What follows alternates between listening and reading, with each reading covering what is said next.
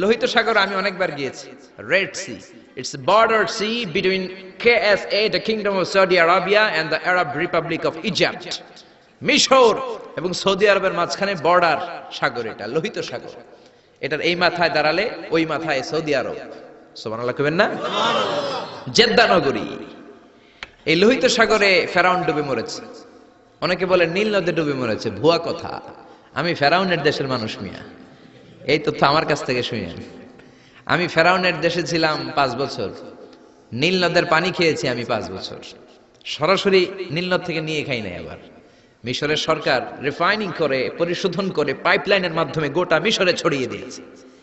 নীল নদ লম্বায় সবচেয়ে বড়, আড়াআড়িতে বড় নয়।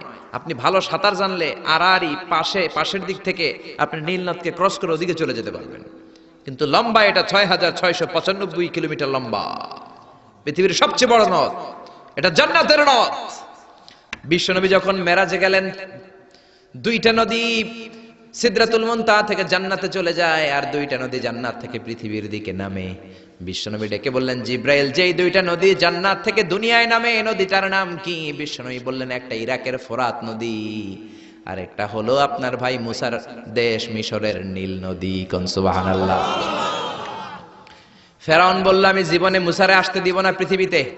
আল্লাহ বললেন, তোর ঘরে আমি মুসারে বড় করে ছাড়বো। কোন ঠিক কিনা? মুসার মা মুসা আলাইহিস সালামকে সিন্ধুকে করে এই নীল নদে ভাসিয়ে দিয়েছেন।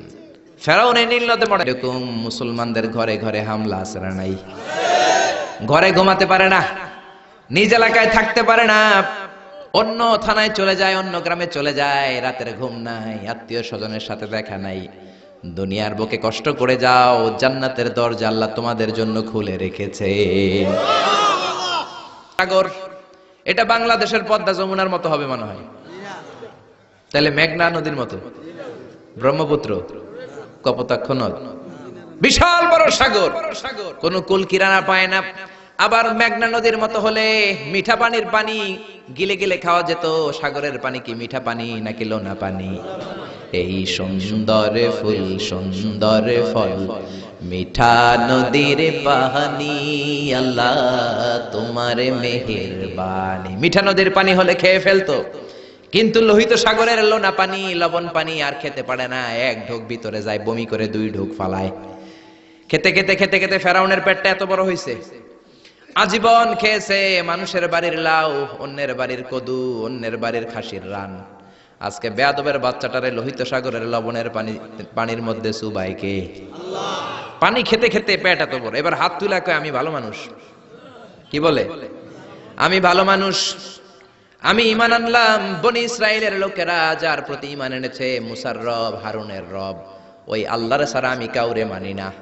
কত ভালো মানুষ দেখছেন? আল্লাহ বললেন, no, the time is up, the time is up, I never accept your ঈমান now. এখন তোর ঈমান আমি কবুল করব না। জিব্রাইল রে বললেন, ওর মাথাটা একটু ঠাইসা ধর, আর একটু জুবা দিয়া আর একটু লোনা পানি খাওয়া।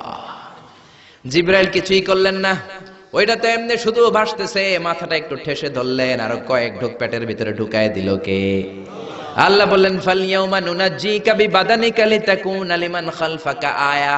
ও ফেরাউন, তুই মরে গেলি, কিন্তু তোর লাশকে আমি মারবো না। তোর লাশটা গলবে না, পচবে না, কোনো কীট পতঙ্গ তোরে খাবে না, কোনো তিমি মাছ তোর দেহের মধ্যে তার জিহ্বা লাগাবে না। কিয়ামত পর্যন্ত তোর চাচাতো ভাই, খালাতো ভাইদের জন্য তোর দেহটারে আমি শুটকি বানিয়ে রাখলাম।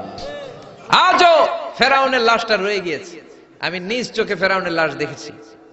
মিশরের রাজধানী কায়রোর তাহরির স্কয়ারে তাদের যে মিউজিয়াম, ন্যাশনাল মিউজিয়ামের রয়্যাল মমিস চেম্বারে, আমরা তো আজহারের ছাত্র, ফ্রিতে ঢুকতাম, ফ্রি ঢুকছি, ফ্রি লাশ দেখেছি। পুরো দেহটাকে ব্যান্ডেজ করে রাখা হয়েছে। ফেরাউনের চারদিক দিয়ে আমি ঘুরলাম, এমনি রয়েছে এমনি। আমি কই, ফেরাউন চাচা কেমন আছো? কোনো কথা নাই। আমি বললাম, আমাদের লিডার মুসারে তুমি কম জ্বালাও নাই, গ্লাসের মধ্যে তুমি আটকানো।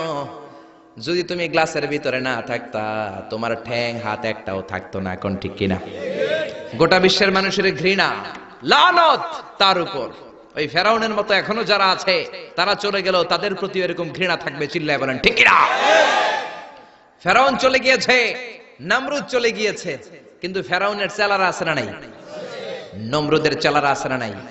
যুগে যুগে ফেরাউন থাকবে, নমরুদ থাকবে, আর তাদের বিরুদ্ধে আপনাদেরকে মুসা আর ইব্রাহিমের ভূমিকা পালন করতে হবে। চিল্লায় বলেন ঠিক কিনা? এই পৃথিবীটা থাকার জায়গা নয়। ফেরাউন তার জলজ্যান্ত প্রমাণ। অনেকক্ষণ আমি তাকিয়ে রইলাম জাহান্নামের এই নরক ইট্টার দিকে। শুটকি মানুষ, একটা মানুষ মরে যাওয়ার পরে মাছ যেমনি আমরা শুটকি বানাই, ফেরাউনকে কিয়ামত পর্যন্ত শুটকির মতো বানিয়ে দিয়েছে কে? পৃথিবীতে কেউ তো স্থায়ী হয় না, হোক না সে ফেরাউন কি বানামরুদ। কেউ হবে চিরদিন রয় না, কেউ হবে চিরকাল রয় না। জোরে বলেন ঠিক কিনা?